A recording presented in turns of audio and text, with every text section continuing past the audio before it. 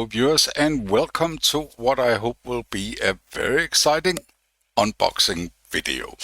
Now, a few weeks ago I published this video introducing the Streamline development boards, where I described a new approach to creating development boards, and by the time I published this video I had actually just ordered these boards from a well-known Chinese PCB manufacturer. I received those boards yesterday and we did shoot an unboxing video. It was a big box and I think I will publish this unboxing video, but I gotta apologize and warn you up front, the audio is not great. I have done two unboxing videos before, one worse than the others.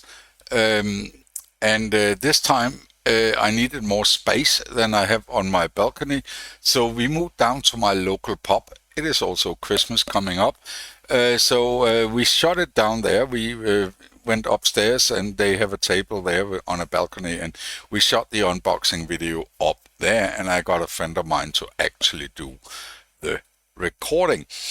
The audio isn't great, so apologies for that, but I hope you stick around to the end. It won't be too long, and I will be using these boards in the upcoming weeks in videos that I'm going to publish. So there you go. Please stick around to the end. Please like and subscribe, and you will be notified when I publish new videos using these boards.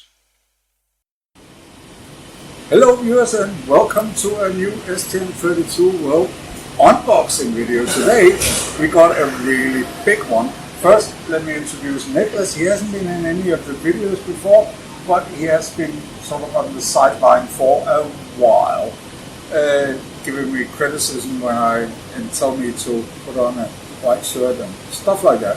A few weeks ago I mentioned we are going to make some new development boards that we call Streamline, and today we received the first box of boards and we are going to unbox this box today. It's going to be a big one, so let's get the video.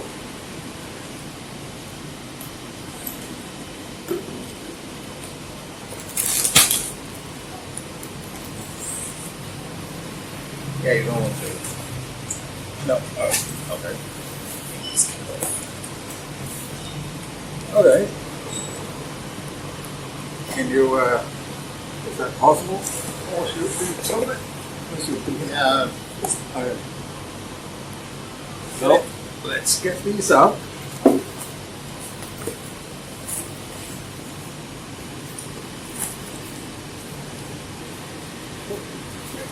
It's a lot.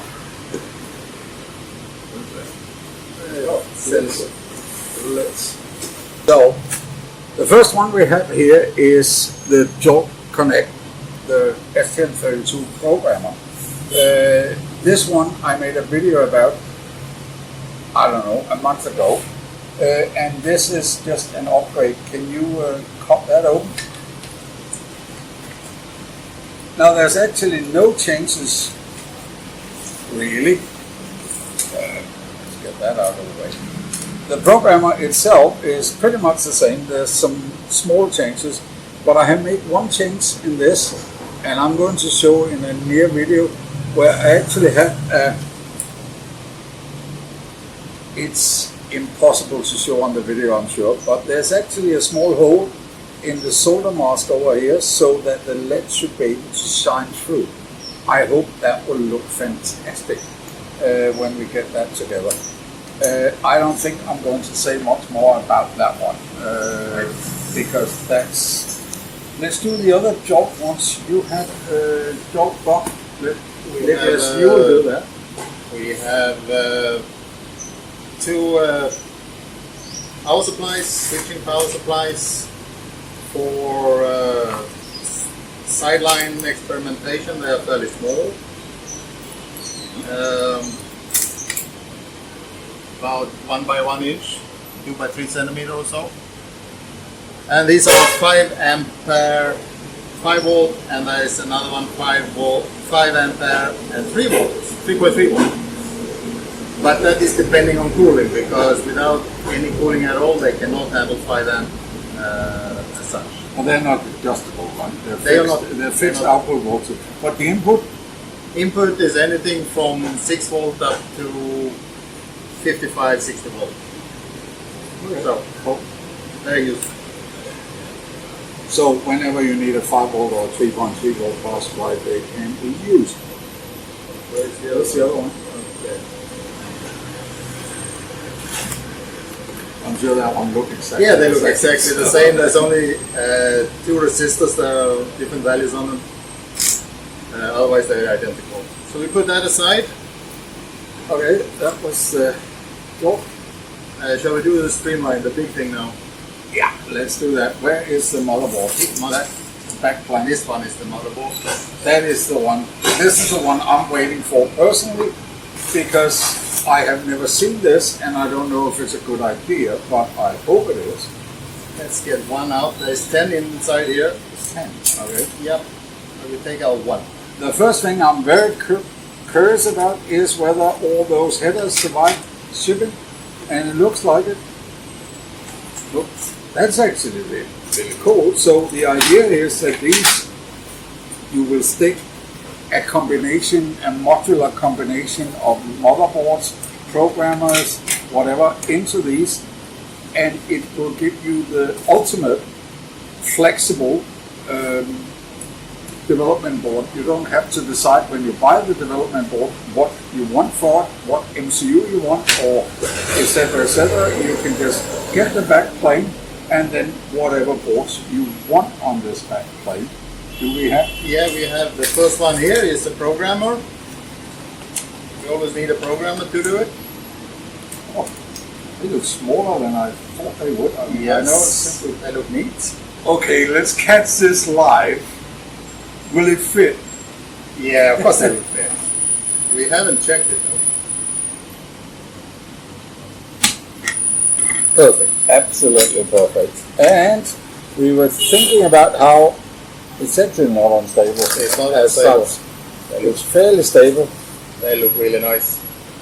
So these backplanes at the moment have 5 positions, and every single pin, this is PCIe X4 connector, this is called, and they have 98 pins in this.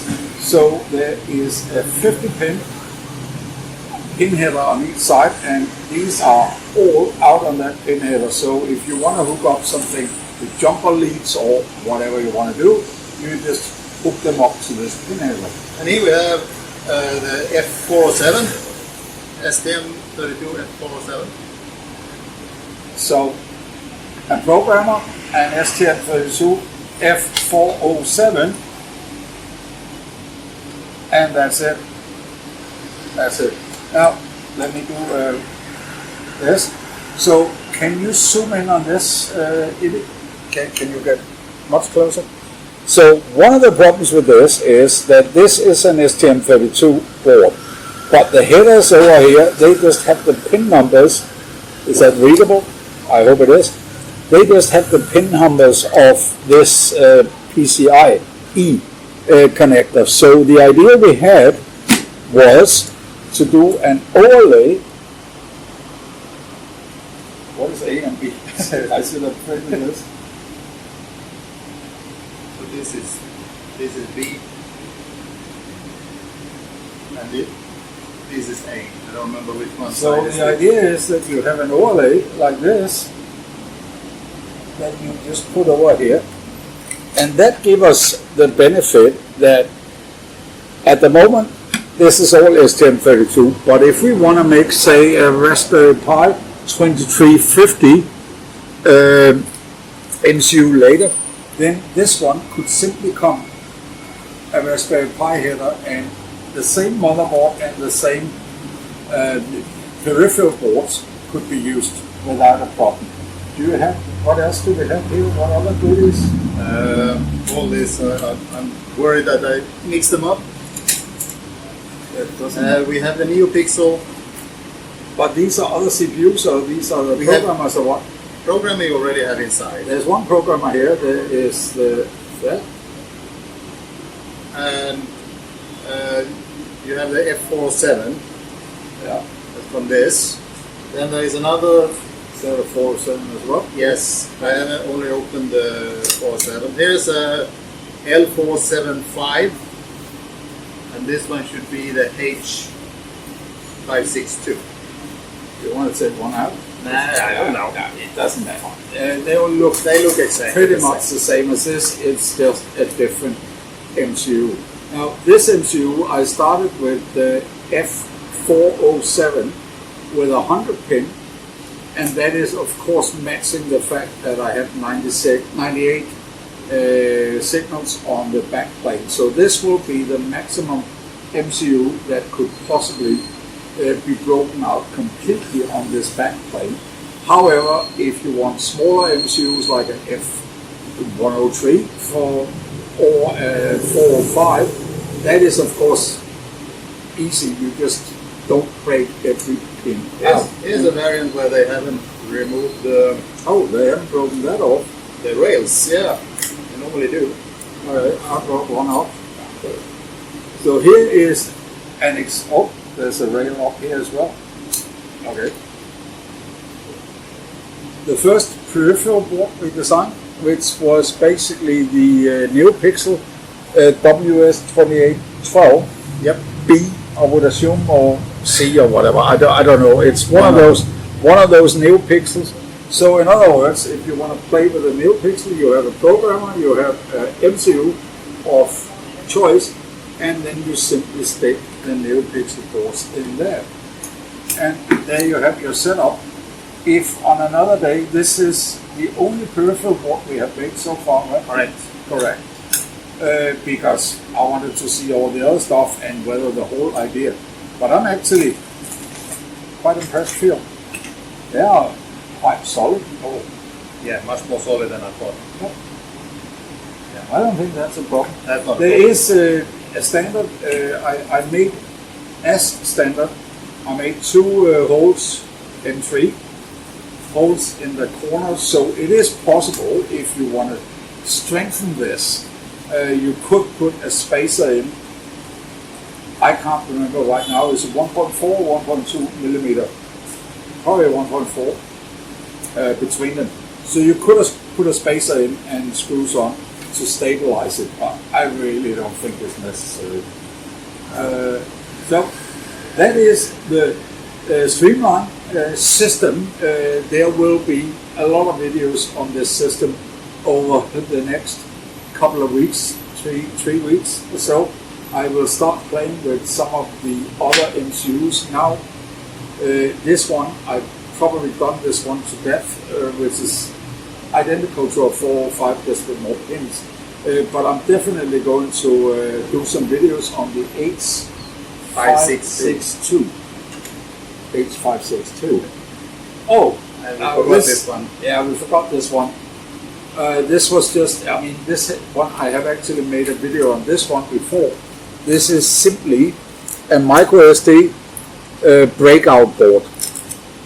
It's just a micro SD breakout board, but yeah, well, it just got a different name because now we call it Jolt SD, I would assume. Yes. I can't read that, but without That that, should be one more thing.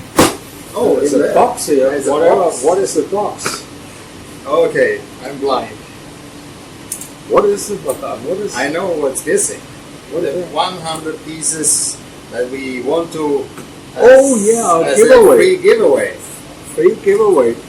Whenever we put these up for sale, whoever buy this will be a free giveaway with that. Or the SD will, at least the first will be the SD card. But we also have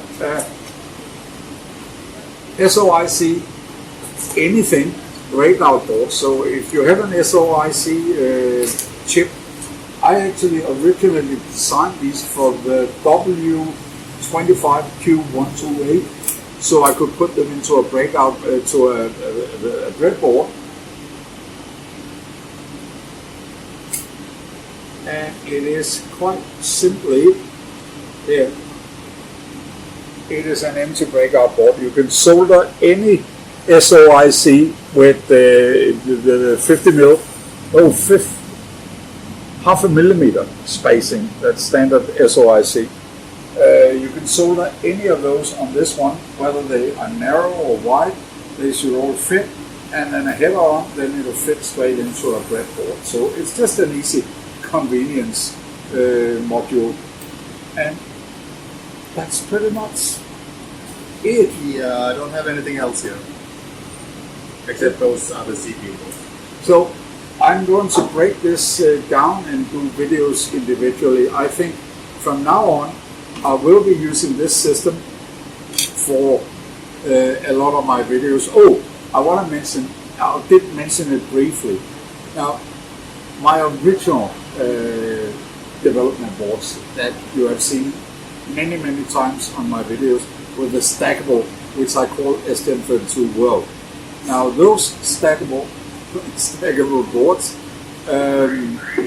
they were called STM32 World. When we started talking about this, we deliberately wanted to avoid having STM32 in the name. And the primary reason for that is, I don't see why this should be limited to STM32. Right now, I mean, there's at least two ESP32.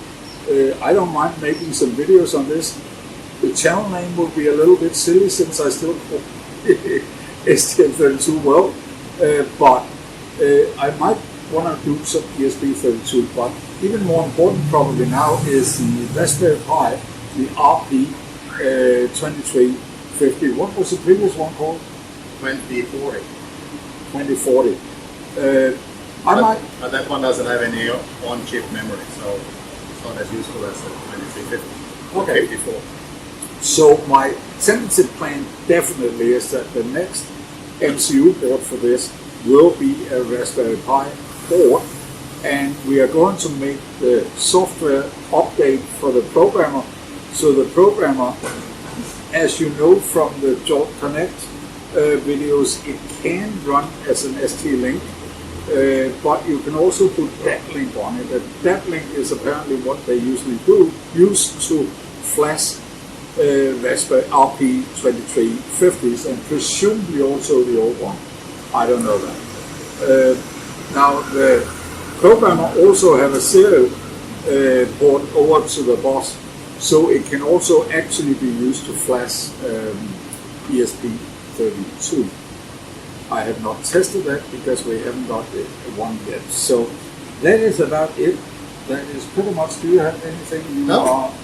I'm glad to be here. First time? First time. Oh, I need to say this as well, because we also have another product line that we are going to. Can you give a brief info of that? That is his area of expertise, not mine. So we are also releasing a third product family that is named Colibri, which are targeted for home automation and situations where you don't fiddle around with a soldering iron, but you wire things together to get something working, and integrating that into maybe something like home assistant. That is the main goal for that program now. And we are going to make some videos on that. Yeah, we expect to do that somewhere in middle or late January. Yeah. Okay. So, cheers! Cheers and Merry Christmas. Yeah. It's coming up soon. And thank you to our cameraman here today, Ibi. So thank you for helping out. This was a little bigger than I could fit into my balcony table where I shot the earlier the unboxing videos. And I hope this one will look a bit more professional than the previous one. So that's about it. Over and out, and as usual, have a wonderful rest of the day.